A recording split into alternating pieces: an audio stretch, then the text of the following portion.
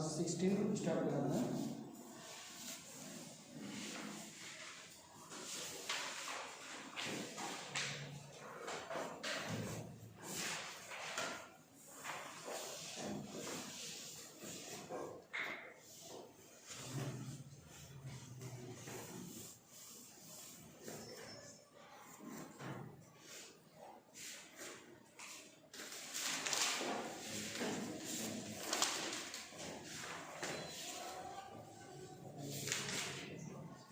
जो अगले टेस्ट में आ रहा है वो एलएम का जो जब से एलएम स्टार्ट हुआ है आपके टेस्ट तब से लेकर अब तक रिवीजन पूरा है कितने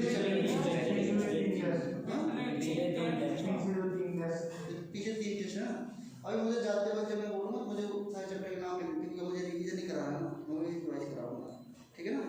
मुझे नाम लिख के देना कौन कौन से आ रहे हैं।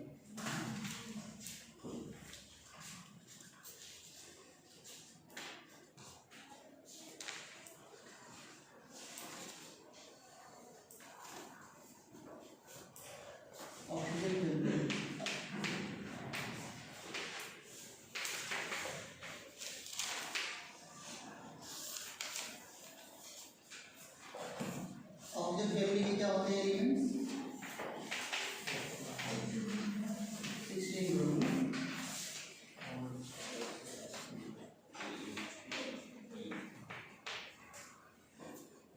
ऑक्सीजन, सल्फर, सिलेनियम, टेलुरियम और टोरेनियम। इसका एटॉमिक नंबर 8 है, 16। 18 जोड़ेंगे तो कितना आएगा? 34। फिर से 18 जोड़ो 52 एंड देन 32 जोड़ेंगे तो 84। ये इसके एटॉमिक नंबर है। और इस ग्रुप का जो general electronic configuration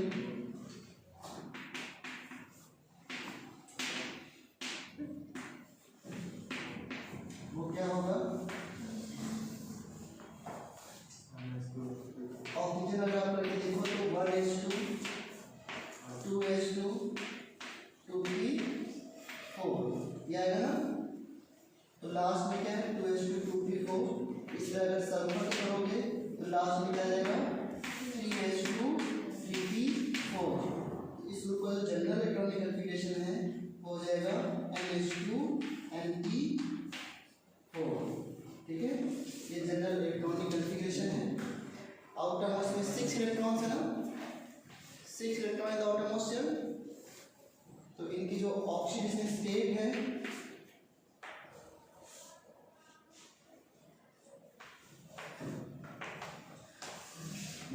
oxidation state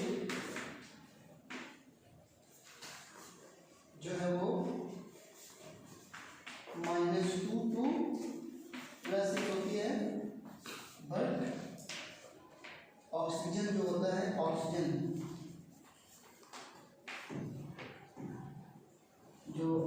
है उसकी जो मिनिमम ऑक्सीजन स्टेट है मिनिमम वो तो -2 होती है।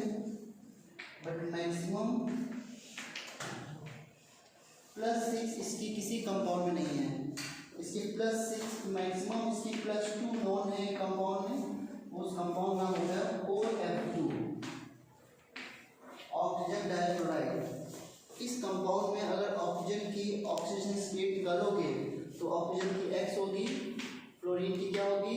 -1 इक्वल टू क्या हो जाएगा? 0। X इक्वल टू कितना हो जाएगा? +2। तो ऑक्सीजन की इस पूरे ग्रुप की जो रेंज है वो -2 to +6 है। बट ऑक्सीजन सबसे स्मॉल साइज का आइटम है पूरे ग्रुप का और सबसे ज़्यादा इलेक्ट्रोनेगेटिव एलिमेंट है पूरे ग्रुप का। तो इसकी ऑक्सीजन स्टेट मिनिमम तो -2 है बट मैक्सिमम में +6 तक होता है, +2 तक होता है। कंपाउंड OF2 है और ये OF2 तक ही +2 तक ही जा सकता है। पहली बात तो इसकी ऑक्सीडेशन स्टेट किसके साथ पॉजिटिव हो सकती है? जो इससे ज़्यादा इलेक्ट्रोनेगेटिव हो। और इससे ज़्यादा इलेक्ट्रोनेगेटिव केवल कौन सा एलिमेंट है? फ्लोरीन। तो ये फ्लोरीन के साथ जो कंपाउंड बनाएगा उसी में इसकी प्लस हो सकती है। लेकिन ये बॉन्ड कितने बनाता है? Maximum 2 bond. तो फ्लोरीन से कितने बॉन्ड बना सकता है? केवल 2 बॉन्ड।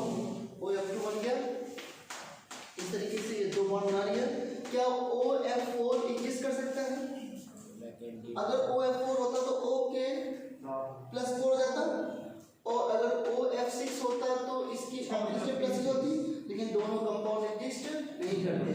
क्यों एग्जिस्ट नहीं करते? बिकॉज ऑक्सीजन के पास वैकेंट डी ऑर्बिटल नहीं होते। सो ड्यू टू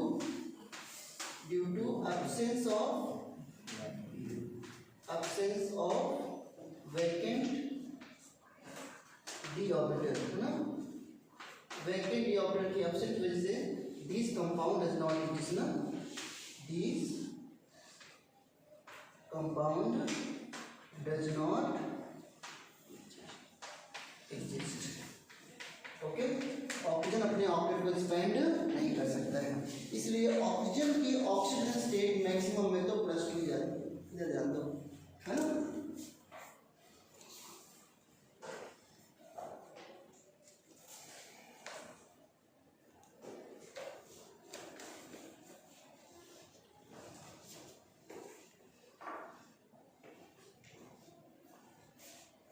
से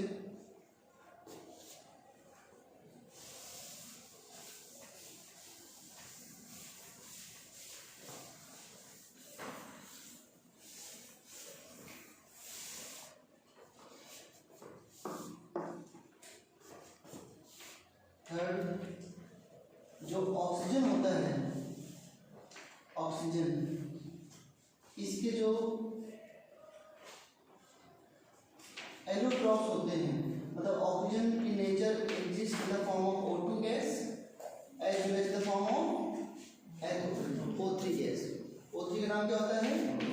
O3। इस फॉर्म में ये एग्जिस्ट करता है, बट सल्फर के बहुत सारे फॉर्म्स होते हैं, सल्फर रोम्बिक, सल्फर मोनोक्लिनिक, इस तरीके से, करेक्ट। सो दोनों में अगर मैं स्ट्रक्चर देखूं दोनों के, तो O डबल बॉन्ड O इस तरह होता है, यहाँ पर इसका बॉन्ड रेट कितना है 2, एंड O2 जो होता है एक डाई मैग्नेटिक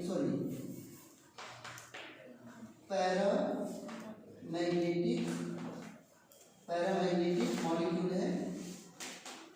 O2 क्यों पैरामैग्नेटिक मॉलिक्यूल है? Why is O2 paramagnetic? बताइए। क्योंकि ये डायटोमिक मॉलिक्यूल है, और डायटोमिक मॉलिक्यूल के लिए हमने कौन सी थ्योरी लगाई थी? मॉलिक्यूलर ऑर्बिटल थ्योरी, याद है? तो अगर मैं O2 का ये सारे पॉइंट में आपको लिखते रहना है, O2 मॉलिक्यूल का अगर मैं इलेक्ट्रॉनिक कन्फिग्रेशन करूँ, अभी टाइम को फिर समझ लो, O2 मॉलिक्यूल का अगर इलेक्ट्रॉनिक कन्फिग्रेशन करूँ अकॉर्डिंग टू कौन सी थ्योरी? मॉलिक्यूलर डायटोमिक मॉलिक्यूल का कन्फिग्रेशन हमेशा मॉलिक्यूलर ऑर्बिटल थ्योरी से ही लिखा जाता है। तो क्या है? Sigma 1s2 sigma star 1s2, इसके बाद क्या आएगा? सिग्मा 2s2 और फिर सिग्मा स्टार 2s2।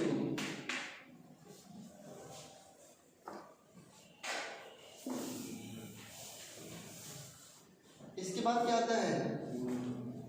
ऑक्सीजन में पहले क्या आता है? सिग्मा 2pz, ना, या सिग्मा pz लिख दो या सिग्मा 2pz लिख दो, तो सिग्मा 2pz, और फिर क्या आता है? Pi px equal to pi py, pi star px equal to pi star py, और लास्ट में क्या होता है बच्चों? Sigma star 2pz। Very good. Last में होता है सिग्मा स्टार 2pz, ठीक है। सो यहाँ पर 10 हो गए, तो यहाँ पर 2, यहाँ पर कितने हो गए? 14 हो गए। टोटल कितने इलेक्ट्रॉन O2 में? 16। कितने इलेक्ट्रॉन टोटल? 16। यहाँ तक 14 हो गए। अब दोनों में कितने इलेक्ट्रॉन फिल करूँ? एक इसमें और एक इसमें। तो O2 गैस जो है वो पैरामेटिक है, because it has 2 unpaired electron in anti bonding pi star orbital, ठीक है ना। So it has 2 unpaired electron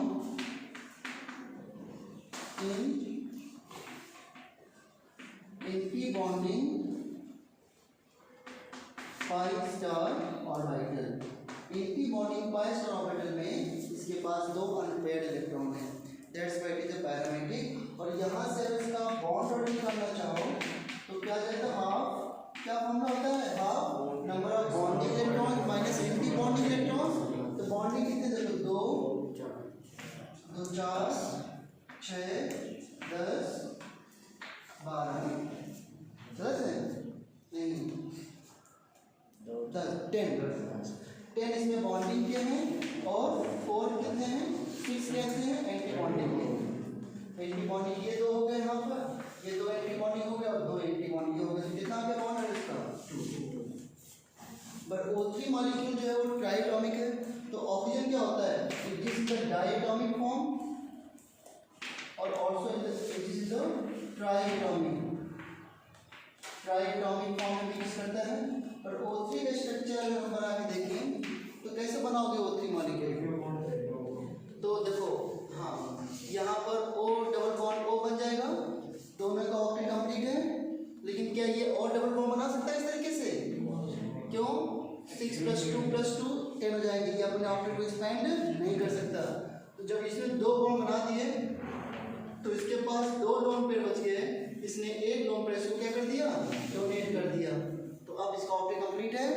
आप इसको इस तरह भी बना सकते हो कि हम इस डेटिव बॉन्ड को इस तरह भी बना सकते हैं, डबल बॉन्ड हो करके। नाउ वी नो कि कोऑर्डिनेट बॉन्ड जो है वो इस तरह नहीं दिखाया जाता है, मतलब कोऑर्डिनेट बॉन्ड को हम एक सिंगल बॉन्ड में कन्वर्ट कर सकते हैं। तो यहाँ पे सिंगल बॉन्ड बना दिया, यहाँ पे नेगेटिव, यहाँ पे क्या लगा दिया, पॉजिटिव। ये जो चार्ज आते हैं इसे क्या बोलते हैं हम लोग, फॉर्मल चार्ज। क्या बोलते हैं इसको, फॉर्मल चार्ज। यहाँ पे जब बॉन्ड डालूंगा मैं, यहाँ पे नेगेटिव चार्ज आएगा, नेगेटिव पॉजिटिव, ये भी क्या होते हैं आपके फॉर्मल चार्ज। तो इसके दो स्ट्रक्चर बन गए, ये आपस में क्या होते हैं, रिजोनेटिंग स्ट्रक्चर। जब एक मॉलिक्यूल के दो लुईस डॉट स्ट्रक्चर बन जाए, दो से ज़्यादा बन जाए, तो वो आपस में रिजोनेटिंग स्ट्रक्चर होते हैं और फिर उसका एक रिजोनेंस हाइब्रिड बनाते हैं, that is a real structure.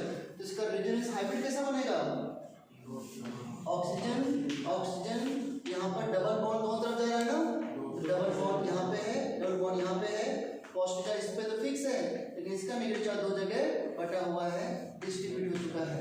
इसलिए यहाँ पे अगर बॉन्ड ऑर्डर देखा जाए तो रफली बॉन्ड ऑर्डर कितना ले सकता हूँ मैं, एक बॉन्ड तो पूरा है और पाई बॉन्ड दोनों जगह डिवाइडेड है। तो एक पाई बॉन्ड अगर दो जगह डिवाइड है तो एक को कितना मिला उसका, हाँ, तो एक सिंगल बॉन्ड पूरा और पाई बॉन्ड हाफ, कितना हुआ बॉन्ड ऑर्डर 1.5, तो बॉन्ड ऑर्डर अप्रोक्सीमेटली 1.5। तो O2 का बॉन्ड ऑर्डर 2। तो which molecule more stable, O2। Thermodynamically O2 ज़्यादा स्टेबल होता है, इस पर क्वेश्चन भी आगे बताऊंगा। अभी स्टेबल ज़्यादा O2 है O3 से, तभी तो O3 डिकम्पोज हो जाता है O2 में। इसका नोट कर लिया आप लोगों ने, इसको इस तरह लिख लेना कि oxygen exist in the diatomic form and triatomic form. Diatomic oxygen is paramagnetic and bond order 2, but O3 molecule जो होता है वो डायमैग्नेटिक है। पॉइंट बना लिख लो और छोटा चैप्टर है, खत्म होता है चलते हैं 15 से 20 मिनट।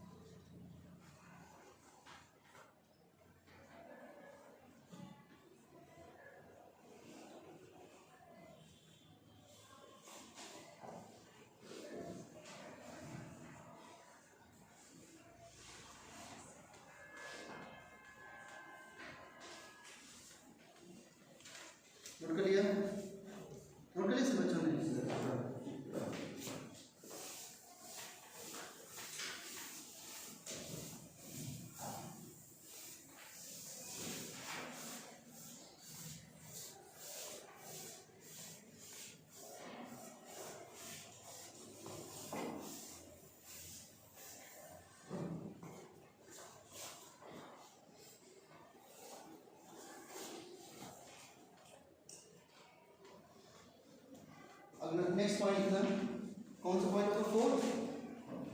अच्छा एक नेक्स्ट पॉइंट में क्वेश्चन लिखना, compare oxygen bond length in O2 O3 and H2O2 molecule. Compare oxygen bond length in O2 O3 and H2O2 molecule. तो डू फास्ट, जल्दी से तीनों के स्ट्रक्चर बना करके कंपेयर करो।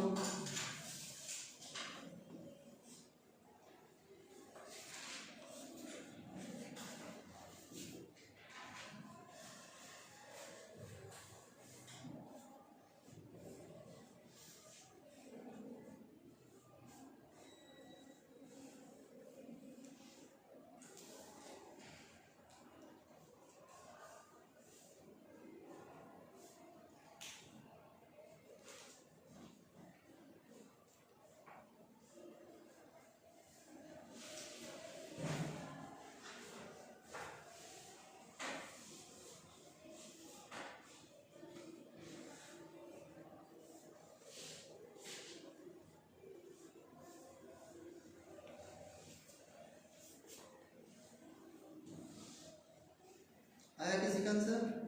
किसान आ गया आपका आंसर?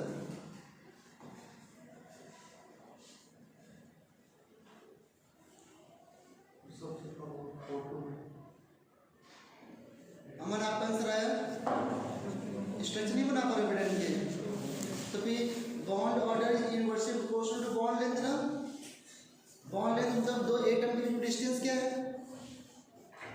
तो अगर दो एटम के बीच बॉन्ड ऑर्डर ज़्यादा होता है, इसका मतलब क्या होता है कि दो एटम ज़्यादा क्लोज होंगे तो उनकी बॉन्ड लेंथ क्या हो जाएगी, कम। अभी भी इनमें भी कंफ्यूजन है, तो कुछ बताओ। Bond order is inversely proportional to bond length. यहाँ पर जो O2 मॉलिक्यूल है that exist like O double bond O। O3 molecule अभी आपने देखा कि यहाँ पर डबल बॉन्ड करेक्टर होता है। पता है O3 में कौन सा प्रश्न है, sp3 है और ये बेंड शेप आएगा, यहाँ पे नेगेटिव, यहाँ पे नेगेटिव बेंड शेप। sp3 है sp2 आएगा O3 में। O3 मॉलिक्यूल में एक तरफ डबल बॉन्ड हो गया, इसके पास 4 बचे, 4 में से एक शेयर कर दिया, एक हो गया sp2, ये sp2 है ना। और H2O2 मॉलिक्यूल कैसा होता है, ओपन होल स्ट्रक्चर, बट इसको ऐसे बनाएंगे HO और H। ये यहाँ पे कौन सा बॉन्ड है, सिंगल बॉन्ड। यहाँ पे बॉन्ड ऑर्डर 2 है ना, यहाँ पे बॉन्ड ऑर्डर कितना है 2, यहाँ पर 1.5, यहाँ पर 1। तो सबसे ज्यादा बॉन्ड लेंथ कहाँ पे होगी, H2O2 में, उसके बाद O3 में, और सबसे कम O2 में। यही बात समझ आएगी। इस तरह डालें छोटा सा question.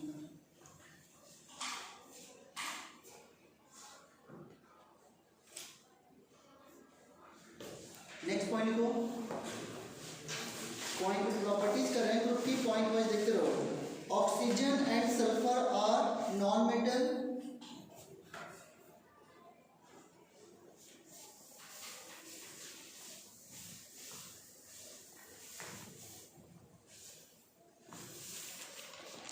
Oxygen and sulphur are non metal.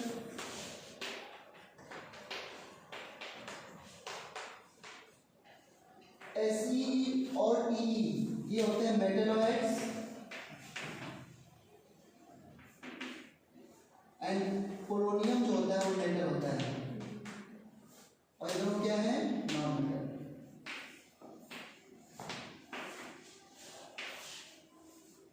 ठीक है।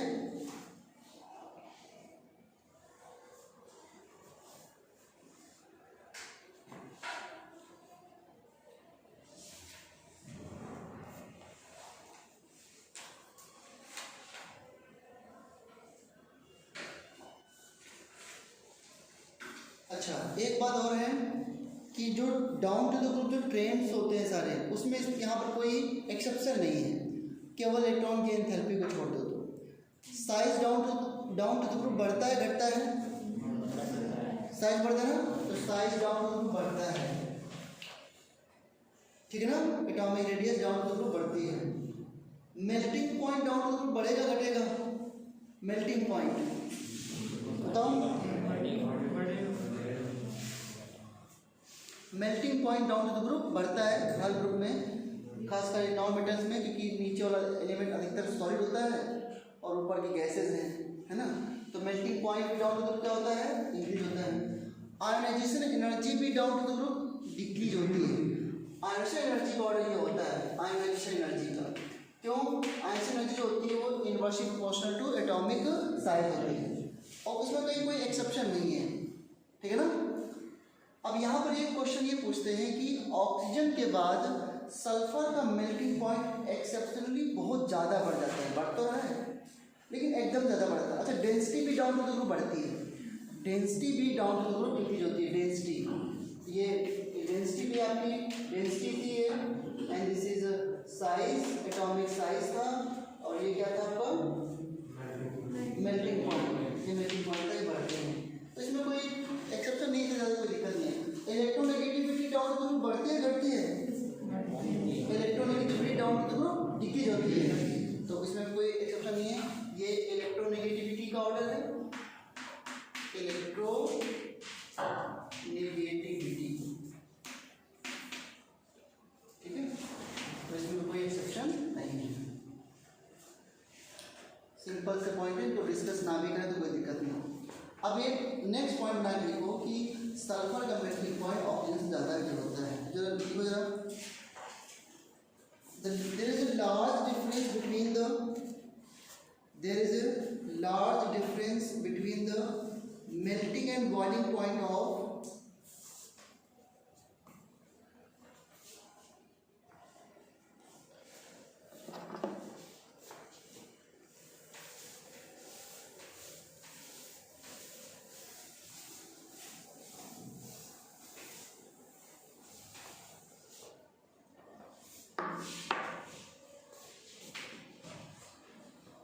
large difference in melting point and boiling point of oxygen and sulfur.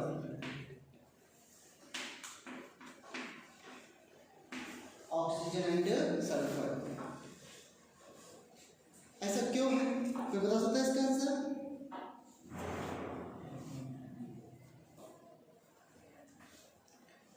Number 1 लिखना इसका।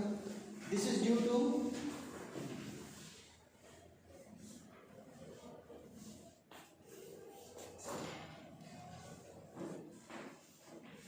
their atomicity. This is due to their atomicity. Sulphur जो होता है वो जनरली मोस्ट स्टेबल स्टेट होती है ऑक्टा एटॉमिक। सल्फर एसिड बोलते हैं, और ऑक्सीजन क्या होता है? O2। नीचे देखिए जरा,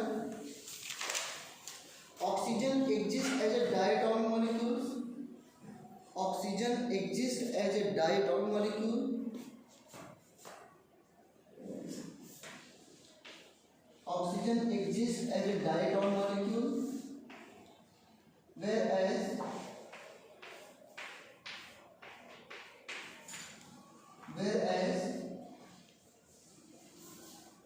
sulfur exists as a polyatomic molecules.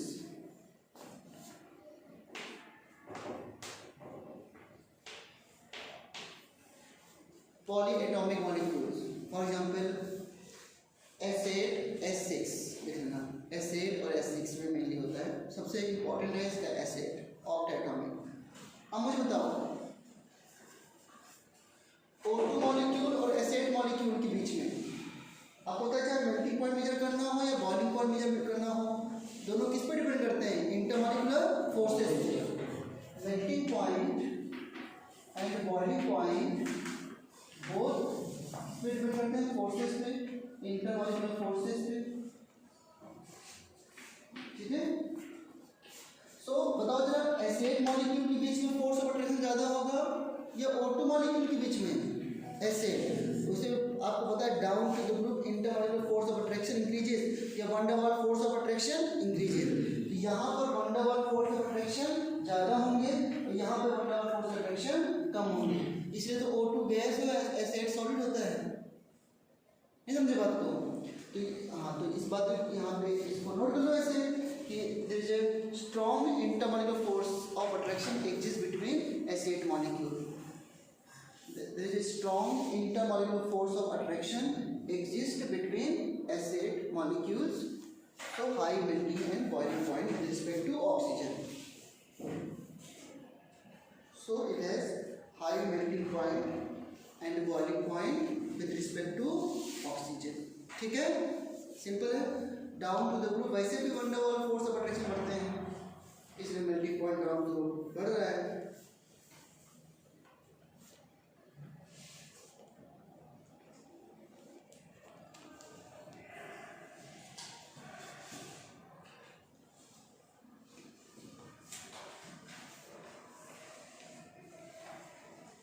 ठीक है ना, कोई डाउट किसी को? आपको पता है कि कार्बन के अंदर एक स्पेशल प्रॉपर्टी क्या होती है? कैटिनेशन। और सिलिकॉन के अंदर भी होती है कैटिनेशन प्रॉपर्टी, और सल्फर के अंदर भी होती है। Sulphur has a tendency for catenation. अगले पॉइंट लिखो जरा, next point. Sulphur has tendency of catenation, मतलब सेल्फ लिंकिंग है ना। कैटिनेशन क्या होता है? सेल्फ लिंकिंग प्रॉपर्टी है ना। Sulphur has tendency of catenation. Down to the group ये टेंडेंसी घटती रहती है। सबसे ज़्यादा सल्फर में ही कैटिनेशन टेंडेंसी है। ऑक्सीजन को कभी आपने देखा 3 एटम एक साथ जुड़ जाए? रेयरली, नहीं तो 4 तो कभी जुड़ सकते। लेकिन सल्फर देखो, अगर आपसे मैं एसिड स्ट्रक्चर की बात करूँ, एसिड का स्ट्रक्चर पता है कैसा होता है? Ground shape. इसमें आप 2 डब्ल्यू बना दीजिए।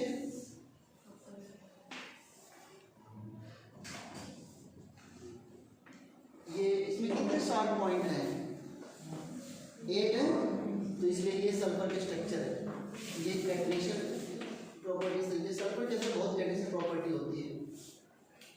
आप देखो ना, याद करो मैंने ऑक्सो एसिड पढ़ाया था आपको, H2H2O6 थायमिक एसिड, और एक और पढ़ाया था H2S4O6, और फिर इन जनरल उसको ऐसे लिखते हैं S4SnO6। मतलब क्या है? यहाँ पर सल्फर के अंदर कैटिनेशन, सल्फर सल्फर बॉन्ड बहुत सारा होता है इसमें सल्फर सल्फर बॉन्ड एक है, इसमें कितने होते थे? 3। 4 सल्फर के बीच में 3 सल्फर सल्फर बॉन्ड हो सकते हैं ना। देखो इसको, इसका स्ट्रक्चर कैसे बनाया था आपने?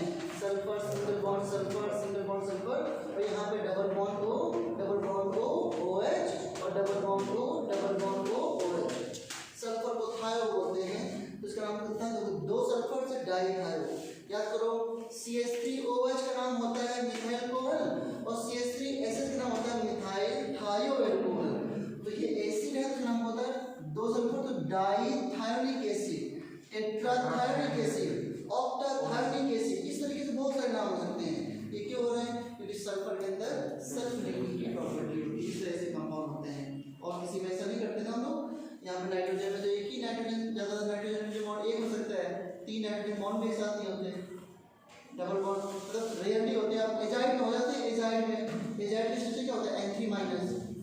अदरवाइज 3 ऑक्सीजन आपने एक मॉलिक्यूल में देखा, 3 ऑक्सीजन, बताओ कौन सा है? जब आपने ओजोनोलिसिस की थी ना, बीच में 3 ऑक्सीजन एक साथ जुड़ जाते हैं, मोनोजोनाइड।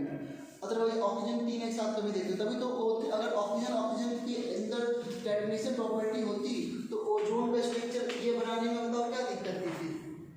हाँ, ओजोन का स्ट्रक्चर ये हम लोग इग्नोर कर देते हैं ना, क्योंकि ऑक्सीजन के अंदर इतनी कैटिनेशन प्रॉपर्टी नहीं होती है। जबकि कार्बन के 3 कार्बन होते हैं, तो प्रोपेन ये इस तरह किस नहीं करता बच्चों? ये प्रोपेन नहीं किस करता है कितना स्टेबल मॉलिक्यूल, लेकिन ये मॉलिक्यूल स्टेबल बिल्कुल नहीं है, टूट जाता है। ठीक है ना।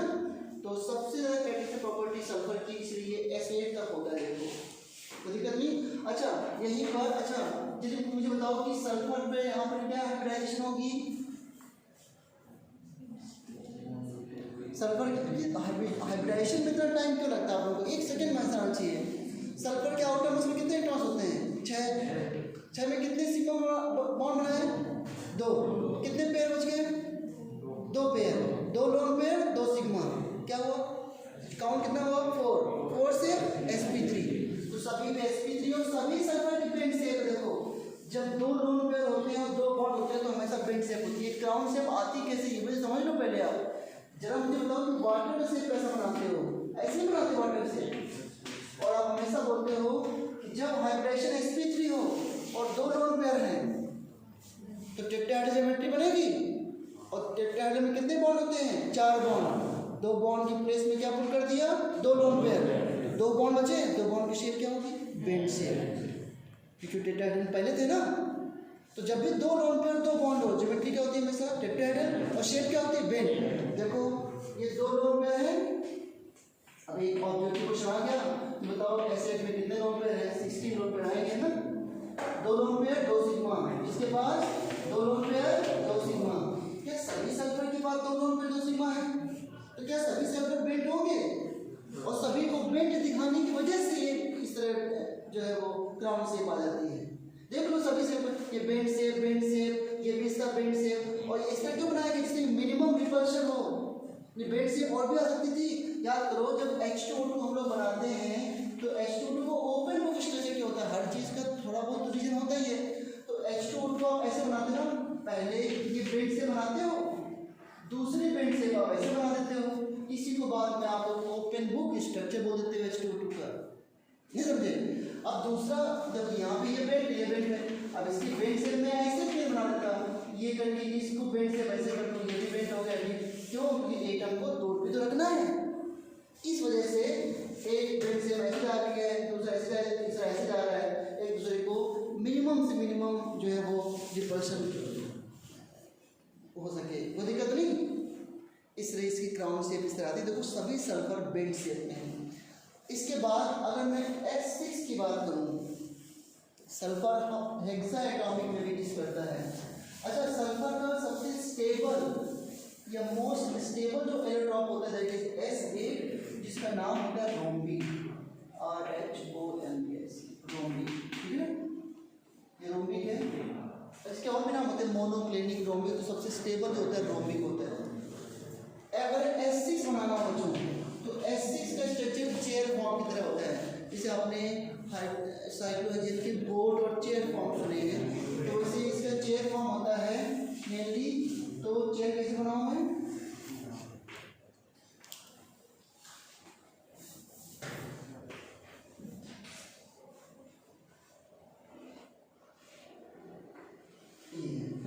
चेयर में कितने शार्प पॉइंट है, इसमें 6। सभी देखो शेप में बेंटी आएंगे। तो ये sulphur sulphur sulphur sulphur sulphur. तो अभी आपने ये लिखा था कॉपी में कि सल्फर के अंदर कैटेसिन टेंडेंसी होती है। फिर इसके बाद नीचे नेक्स्ट पॉइंट लिख देना, structure of S8 and S6 molecule.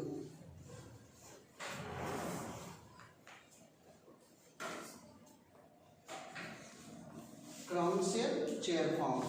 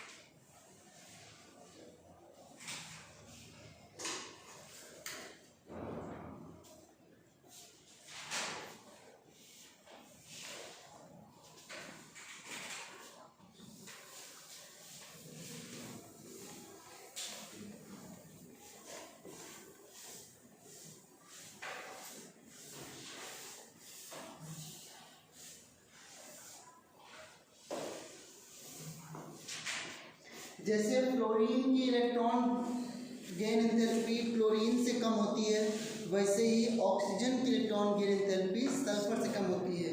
Last के तीनों ग्रुप में एक एक्सेप्शन होता है, फास्फोरस की नाइट्रोजन ज़्यादा, सल्फर की ऑक्सीजन ज़्यादा और क्लोरीन की ज़्यादा। सेम रीजन है जो क्लोरीन का है।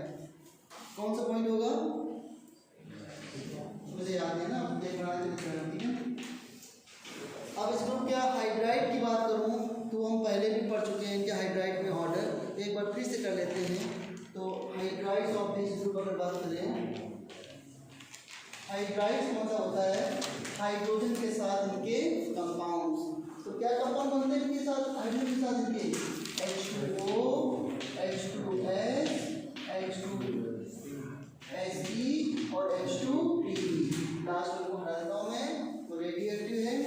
और इनके हाइड्राइड में वो जो 3 क्वेश्चन में बताए थे, नंबर 1 रिड्यूसिंग पावर, जरा और इसके रिड्यूसिंग पावर का ऑर्डर क्या होगा, और दूसरा एसिडिक स्ट्रेंथ ऑर्डर क्या होगा, और तीसरा थर्मल स्टेबिलिटी, थर्मल स्टेबिलिटी का ऑर्डर क्या होगा।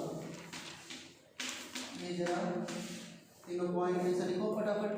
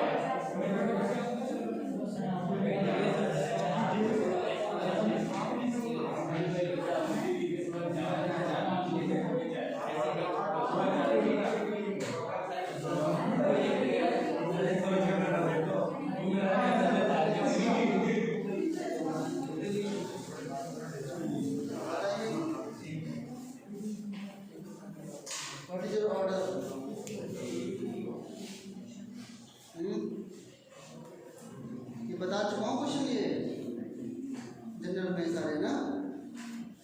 Reducing power tendency to reduce others and oxidise itself. और अगर हाइड्राइड की रिड्यूसिंग पावर की बात जब भी हो तो ये देखा करो कि किसके अंदर हाइड्रोजन देने की टेंडेंसी दूसरों के लिए ज़्यादा है, नहीं बोलो तो कौन इजीली हाइड्राइड कर सकता है, H2E। तो इसको मैं लिखता हूँ 1 2 3 4, ऑर्डर क्या होगा 4 3 2 और 1। और इसका रीजन क्या लिखा है language, due to low bond dissociation enthalpy of PEH bond. ये लैंग्वेज नोट करना है आपको ना, इसे लिखा था बोर्ड एग्जाम में, due to low bond dissociation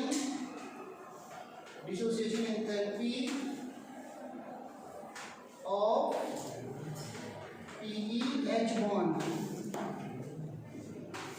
it is better reducing agent. और यही आंसर क्या होगा, एसिडिक स्ट्रेंथ का भी होगा 4 3 2 और 1। और थर्मल स्टेबिलिटी मतलब किस टेम्परेचर पे, जो हाई टेम्परेचर पे टूटता है उसकी थर्मल स्टेबिलिटी ज़्यादा है। आप बताओ किसकी वजह से, क्योंकि उसका बॉन्ड स्ट्रॉन्ग है। लेकिन थर्मल स्टेबिलिटी देखने का तरीका क्या है, ionic character, thermal stability proportional to ionic character, ठीक है ना। और आयनिक कैरेक्टर सबसे ज़्यादा किसमें, OH बॉन्ड में, क्योंकि हाइड्रोजन और ऑक्सीजन में